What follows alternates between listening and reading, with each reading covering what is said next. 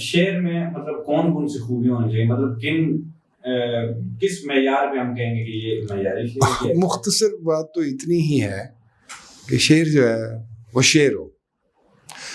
اب اس کو ایکسپلین کرنا بڑا مشکل ہے. اچھا اس میں یہ ہے نا سر، دیکھیں کہ شعر اگر ہم کہتے ہیں کہ جی شعر ہو تو ظاہر بات عام آدمی کو نہیں پتا شعر کیا ہے، ٹھیک ہے، یہ تو شاعر کو پتا ہے. عام آدمی کے لیے شعر وہ ہے جو اس کو اچھا لگے. اب معاملہ یہ ہے کہ اچھا تو کچھ بھی لگ سکتا ہے، اچھا وقتی طور پہ لگ سکتا ہے، لیکن ہم نے دیکھا ہے کہ زمان و مکان کی سرحدیں وہی اشعار عبور کر سکے ہیں جن میں واقعی کوئی بات تھی. اب ایسے ایسے شعراء ہیں جن کی ایک ایک شعر ہی مشہور ہے، لیکن مثلا میاں داد سیاح کا ایک شعر ہے، قیس جنگل میں اکیلا ہے مجھے جانے دو، خوب گزرے گی جو مل بیٹھیں گے دیوانے دو. اچھا اب میاں داد سیاح کوئی بھی نہیں جانتا، اس کا دیوان بھی ہوگا، اس نے سینکڑوں غزلیں کہیں ہوں گی، لیکن شعر ہے. جو شعر عوام الناس میں تا دیر ایک دو نسلوں تک معروف رہتا ہے، کالموں میں کوٹ ہوتا ہے، لوگ ایک دوسرے کو سناتے ہیں، گفتگوؤں میں آ جاتا ہے. اب دامن پہ کوئی داغ نہ خنجر پہ کوئی چھینٹ، تم قتل کرو ہو کہ کرامات کرو ہو، کوئی بات ہے، کوئی ہے نا بات. تو یہ طے کرنا بہت مشکل ہے کہ کسی شعر میں کیا ہو تو وہ، لیکن پہلے تو وہ شعر ہو. جب میں یہ کہتا ہوں کہ وہ شعر ہو تو مروجہ اس اسالیب اور پیمانے وہی ہیں، بحر میں وہ ٹھیک ہو، وزن میں ہو، اس میں. لیکن جہاں تک مجھے لگتا ہے کہ جو شعر عوام میں پاپولر ہوتا ہے نا، یا جو اس میں ایک بات کا ہونا تو اشد ضروری ہے، بات کے بغیر تو شعر نہیں چل سکتا، اس میں روانی اور نثری ترتیب کے قریب تر ہونا، وہ شعر زیادہ پاپولر ہوتے ہیں. اچھا ایک بڑی پیاری بات میں نے کہیں پڑھی، وہ کہتے ہیں کہ شاعری جب معراج پہ ہوتی ہے، اپنی معراج پہ عروج پہ پہنچتی ہے تو وہ نثر کے قریب ہو جاتی ہے، اور نثر جب عروج پہ پہنچتی ہے تو شاعری کے. یہ بات اتنی غلط بھی نہیں ہے. مثال کے طور پہ ہم مجید امجد کو دیکھتے ہیں کہ جب ان کی شاعری کے آخری دور تھا تو انہوں نے ایسی نظمیں لکھی جن پر بعض لوگوں کو نثری نظم ہونے کا گمان ہوا. وہ فعل ان کی بحر میں ہیں، لیکن فعل ان کی بحر انہوں نے بہت آزادی سے استعمال کی ہے. اس کے بہت سارے زحافات، اور ذرا یوں سمجھ لیجیے بعض جگہوں پہ لگتا ہے کہ اچھا فعل بھی پورا نہیں ہو رہا تو لوگ کہتے ہیں اچھا یہ نثری اور آزاد نظم کے بیچ کی کوئی چیز ہے. اچھا اس طرح کے تجربات افتخار عارف صاحب کی کتابوں میں مل جاتے ہیں، اور بھی کئی لوگوں نے کیے. تو میں یہ سمجھتا ہوں کہ اگر غزل کا شعر ہے تو جس کو جیسے ہم کہتے ہیں تاقید لفظی یا تاقید معنوی سے بچنے کا تو یہی مطلب ہے کہ وہ نثری ترتیب کے قریب تر ہو، آسانی سے زبان پہ چڑھنے والا ہو، اور اگر کسی مصرے میں ضرب المثل بننے کی صلاحیت ہو تو اسے بھی سیدھا ہی ہونا پڑے گا. لیکن یہ کوئی طے شدہ اصول نہیں ہے. اب غالب کے بہت سارے اشعار ایسے ہیں جو مختلف مواقع پہ یاد آتے ہیں، لوگ پڑھتے ہیں، تقاریر میں استعمال ہوتے ہیں، کالموں میں ہوتے ہیں، لیکن ذرا گہرے بھی ہیں اور ذرا مشکل بھی ہیں.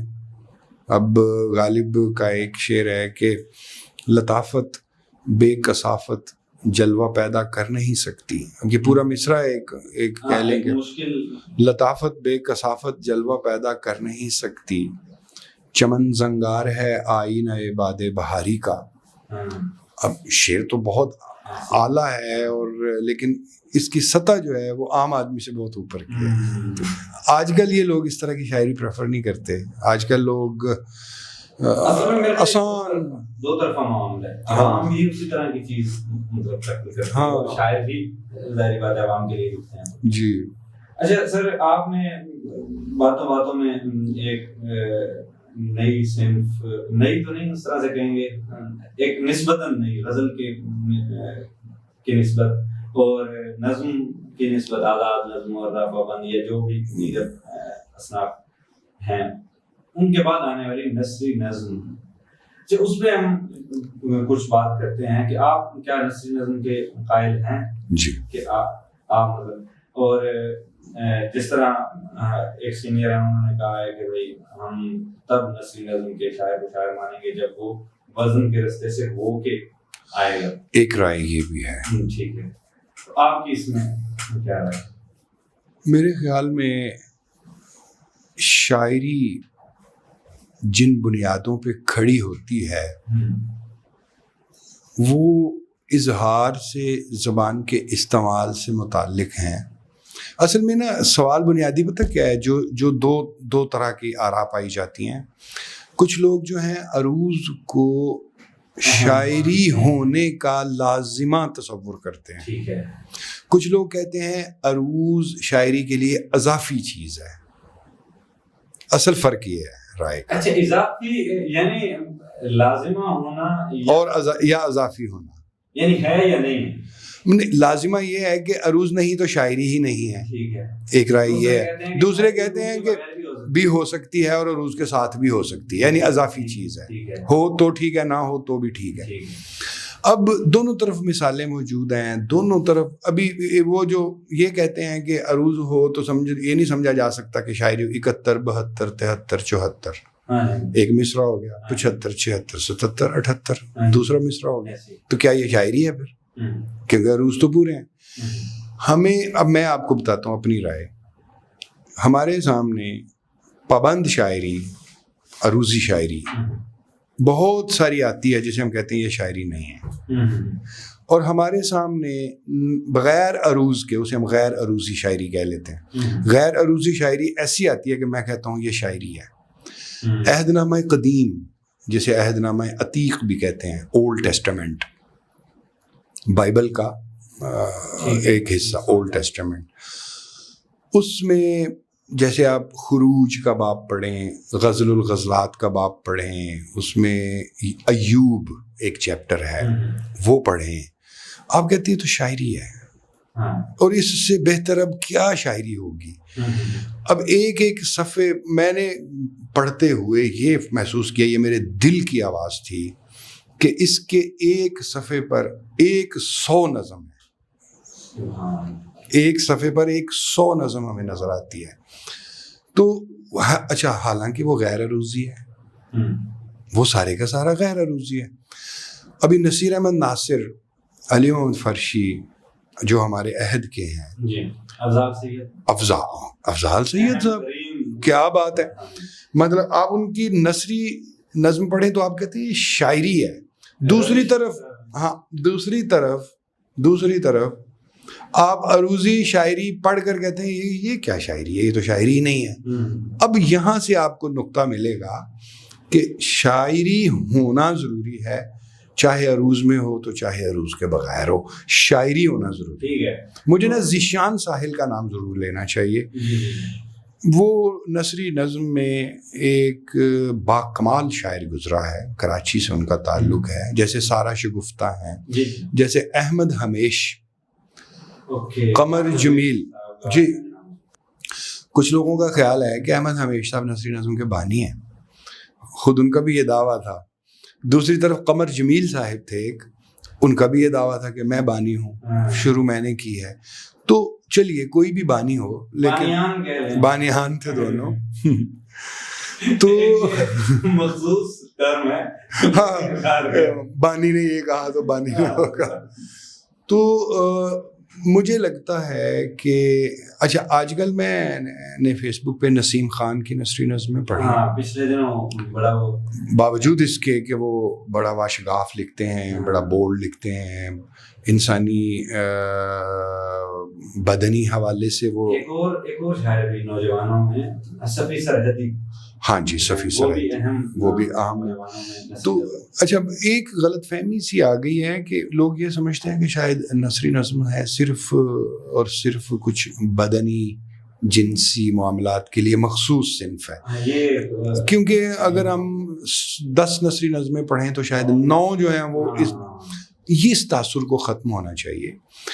میں نے یقیناً نسیم خان بھائی ہیں یا جی دیگر بھی جو بھی شاعر ہیں، ان پہ کام. میں نے ادب لطیف کا اداریہ لکھا تو اس میں بھی یہ موضوع اٹھایا کہ نثری نظم جو ہے وہ اگر آپ خالی ایک ہی طرح کے موضوعات کے لیے اسے مخصوص کر دیں گے تو یہ آپ نثری نظم کی کوئی خدمت نہیں کر رہے. اس کو میں نے جتنی نظمیں پڑھی ہیں اس میں سے یقین کریں آپ 90% وہی میں کہہ رہا ہوں 95% میں نے مطلب دیکھا ہے کہ تو بعض نثری نظم بڑی اچھا ایک چیز ہے جسے نثری آہنگ کہتے ہیں. اس بارے میں سوال کرنا چاہ رہا تھا کہ کیا نثری نظم کا آہنگ جو ہے یہ آزاد نظم کو کمپیٹ کر سکے گا یا کر چکا ہے؟ آپ کیا کہتے ہیں؟ مطلب آزاد نظم پہلے سے اچھا ایسے لوگ میرے سامنے آئے ہیں, میری ان سے ملاقاتیں ہوئی ہیں جو آزاد نظم کی خاص طور پہ جو ہم مفرد بحر ہے فعول فعول فعول اس سے بہت چڑھتے ہیں. وہ ان کے ذوق جمال پہ پورا نہیں اترتی وہ بات کہ یہ کیا آپ ہلارے دے رہے ہیں.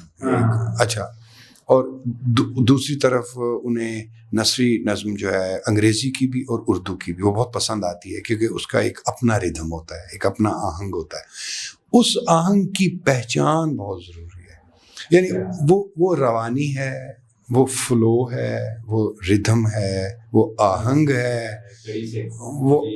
ہے, وہ ترنم ہے. وہ اچھا میں نے خود ذاتی طور پہ کافی تجربہ کیا. عروض کا تو کوئی معاملہ ہوتا نہیں ہے. اگر ایک مصرع ہے جس میں 9 لفظ ہیں تو کسی ایک لفظ کو آپ اس کی جگہ سے ہٹا کے 2-3 لفظ چھوڑ کے کسی اور جگہ لگا لیں تو وہ ردھم, وہ آہنگ متاثر ہو جاتا ہے. نثری نظم کہنے والے شاعر کو یہ پتہ ہونا چاہیے کہ میں نے اس آہنگ کو کیسے پہچاننا ہے اور اپنی نثری نظم میں کیسے اسے استعمال میں لانا ہے.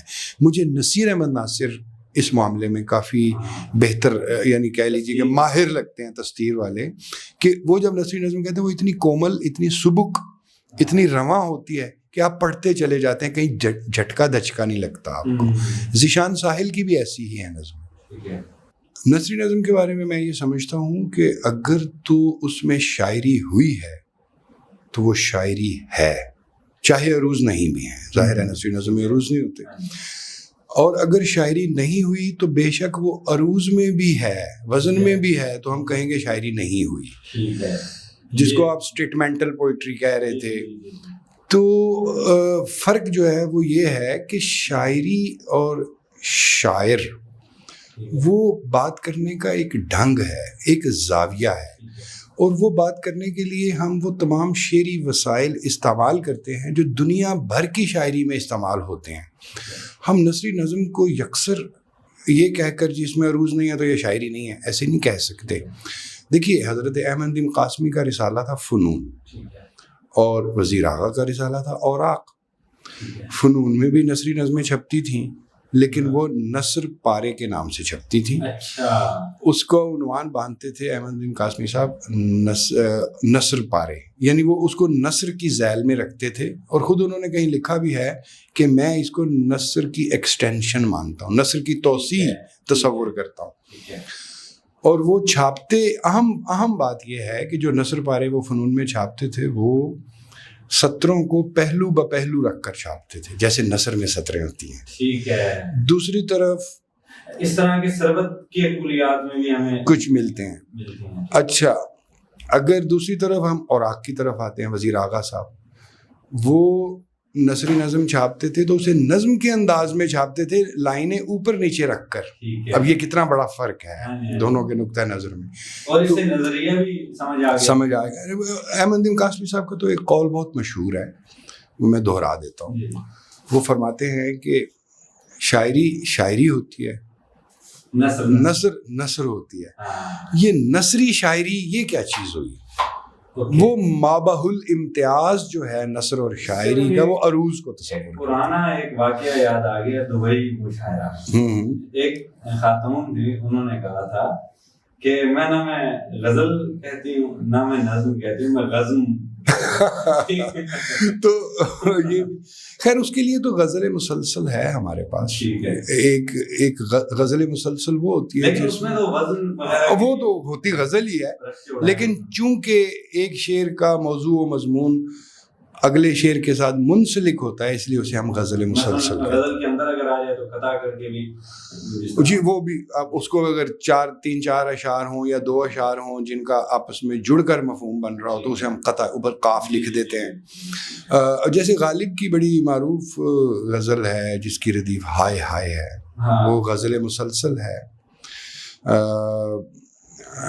درد سے میرے ہے تجھ کو بے قراری ہائے ہائے، کیا ہوئی ظالم تیری غفلت شیائے ہائے ہائے، شرم رسوائی سے جا چھپنا نقاب خاک میں، ختم ہے الفت کی تجھ پر پردہ داری ہائے ہائے۔ اب یہ ساری کی ساری ہے غزل کی حیت میں، لیکن یہ غزل مسلسل ہے، ایک ہی موضوع اور ایک ہی مضمون کو بیان کرتا ہے۔ اکثر یہ اس طرح ہوتا ہے کہ ردیف کی وجہ سے وہ چیزیں جی میری غزل بڑی لوگوں کو بہت پسند ہے، مجھے چاک سے نہ اتارنا۔ اب وہ غزل مسلسل ہے، وہ ایک ہی موضوع کو لے کر ایک سے ایک چیز جڑی ہوئی ہے اور اگلی چیز ہے۔ اچھا اس کو ہم نظم کی ذیل میں بھی کہیں رکھ سکتے ہیں؟ نہیں، وہ اس کو ہم غزل مسلسل ہی کہیں گے۔ جب ایک الگ اصطلاح موجود ہے اور ایک الگ صنف موجود ہے تو اسے غزل مسلسل کہتے ہیں۔ اچھا ہم چونکہ نظم پہ بات کر رہے ہیں تو پہلے تو میں یہ چاہوں گا کہ آپ درجہ بندی اگر آپ اپنے مطابق، ظاہری بات ہے ہم اوور آل بات نہیں کر رہے کہ کس نے تاریخ نے کس کو بڑا کہا ہے یا ادب نے، میں یہ چاہوں گا کہ میں آپ سے رائے لوں کہ ہمارے پاس اردو نظم میں جو بڑے نام ہیں پہلے جو گزر چکے ہیں خاص طور پہ، ان میں آپ کس طرح درجہ بندی کرتے ہیں؟ اقبال ہیں، مجید امجد صاحب ہیں، راشد صاحب ہیں، فیض صاحب ہیں، ٹھیک ہے، میرا جی ہیں، اس طرح دیگر آپ کو پتہ ہے، سربت حسین، جس طرح، تو آپ ان میں کس طرح پہلے 3-4 نام اگر آپ ہم حضرت علی سے کسی نے پوچھا تھا کہ اس عہد کا سب سے بڑا شاعر کون سا ہے، تو آپ نے فرمایا کہ کیا جملہ ہے یار، کہ آپ نے کہا کہ شاعری مختلف افراد کی ایک ہی سمت میں دوڑ نہیں ہوتی کہ سبقت کا واضح تعین کیا جا سکے، یہ تو اپنی اپنی سمت میں اپنا اپنا سفر ہے۔ تو جس طرح میں تھوڑی دیر پہلے ذائقوں کی بات کر رہا تھا کہ ایک غزل ہے تو اس کے 1000 ذائقے ممکن ہیں، اگر شعر ہوا ہے تو وہ سادہ بیانی سے بھی شعر ہو جاتا ہے۔ بیٹھ جاتا ہوں جہاں چھاؤں گھنی ہوتی ہے، ہائے کیا چیز غریب الوطنی ہوتی ہے، سادگی سے بھی بڑی بات اور اچھی بات اور عمدہ بات کہی جا سکتی ہے۔ دوسری طرف آپ بہت گنجلک چیز لائیں تو شعر نہ ہو تو نہیں ہوا۔ شاعری بڑا نازک فن ہے، شعر ہو جائے تو ہو جائے، نہیں ہو تو نہیں ہو۔ تو میں یہ عرض کر رہا تھا کہ فن میں، آرٹ میں یا کرافٹ میں ہر اعتبار سے اقبال بہت بڑا ہے، اقبال بہت بڑا ہے۔ ہم